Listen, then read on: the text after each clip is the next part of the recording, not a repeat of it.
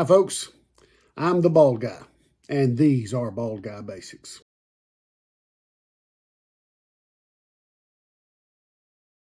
I was watching an advertisement the other day, probably on my tablet. You know how the advertisements come up. I've also seen it on other sites, but I was watching an advertisement for one of those tool storage tricks that are out there. These little, I forgot what they call the little individual pieces, but they're basically tabs that are stick together. They have a little groove in them, and you can slide them together, and you can put your wrenches in them. You can put your screwdrivers in them.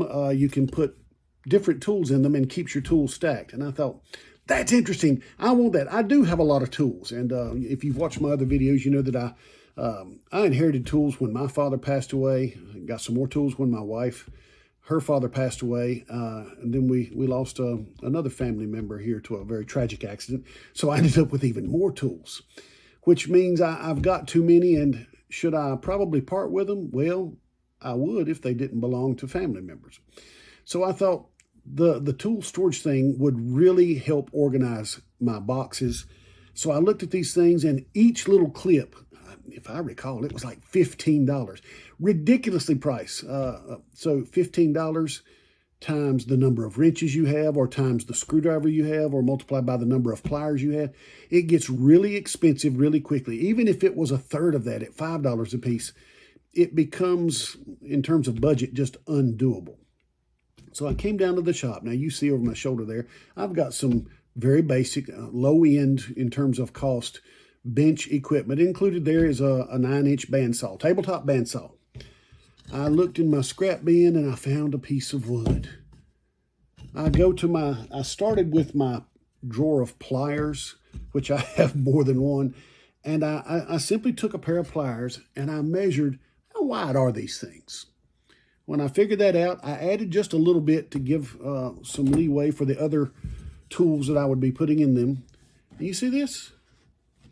I just took my piece of wood and made cuts of a certain, and I'll pull these out and show it to you a little closer. Just made cuts.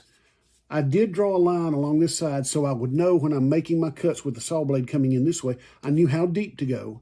And when I was done, I just took a chisel and hit the end and popped the ends out. And by doing that, let me dump these.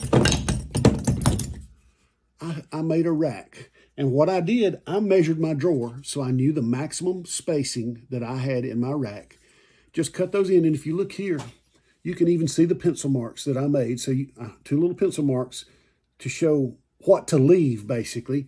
And there's a horizontal mark across there to show how deep I made my cuts. And I just went to my bandsaw and went in. I made this thing in like 7 minutes. It cost me nothing. If you have done any projects, the likelihood is you have some scrap around the house, and that scrap can really save money. So if these are, let's just say, I'll take the conservative estimate. Let's say they were $5 per clip. 5, 10, 15, 20, 25, 30, 35, 40, 45, 50, 55, 60, 65, 70. At $5 a clip, and they were more than that. I don't want to be dogmatic in saying I remember, but I think the ones I looked at, and I've seen different brands since then, were about $15. And I'm like, you got to be kidding me. There's no way that I'm going to play $70. If there were $15 times 3, now we're at $210 for this little piece of wood. So what I'm going to do, I'm going to cut the video off for a moment. I'm going to put my pliers back on here, and I'm just going to shoot a couple other videos.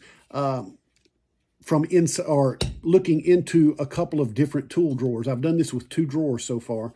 My plier drawer, I have 2 racks, one for the small stuff, one for the big stuff. And by the way, if you have spring-loaded pliers, get you some bread ties. Keep those things from being open all the time. Little tricks like that are so easy to do, so inexpensive to do, so handy for you in terms of tool storage. Because here's the reality. Unless you happen to be a mechanic, or unless you're the kind of hobbyist where you're here every day, I don't come down here using tools every day, but when I do come, I want to know where they are. I want to be able to find them. Dad had a toolbox that is smaller, back in his day, I should say. And I still have it. It's down in the shed. It is smaller than my fishing tackle box today. And all of his tools were in it, just thrown in. All of the sockets with the sockets laying loose, all of the wrenches, the hammer, the screwdrivers, and God help you if you used one of his tools and didn't put them back. I'm very fortunate that I have more tools. It's a different time, and a lot of those tools are for specific, specialized purposes. But storage becomes an issue. So let me put this stuff back together, and I will show you just how handy this can be. All right, now you're looking at my plier drawer in my U.S. General Harbor Freight toolbox, which you can see there. And you see I've made two racks, one here, one for the smaller pliers, one for the larger.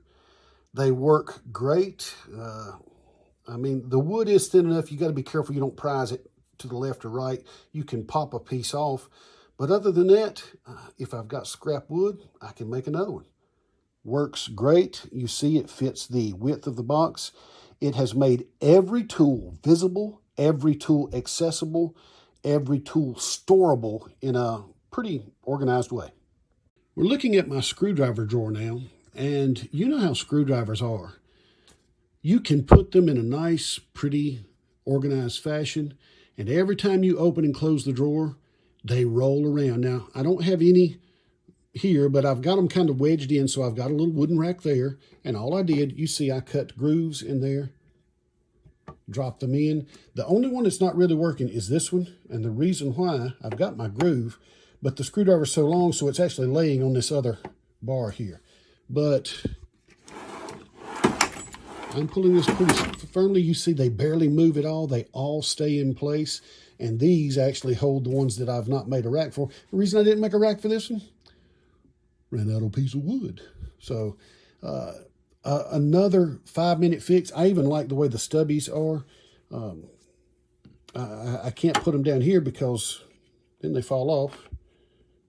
I just slide the blade up into the groove and it works perfectly.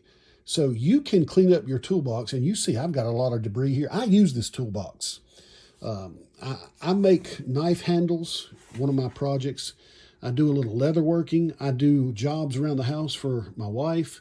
I also work on my own outside equipment. I've got a small tractor, lawnmower, weed eaters, chainsaws. So these things get a lot of use. I'm not about being pretty.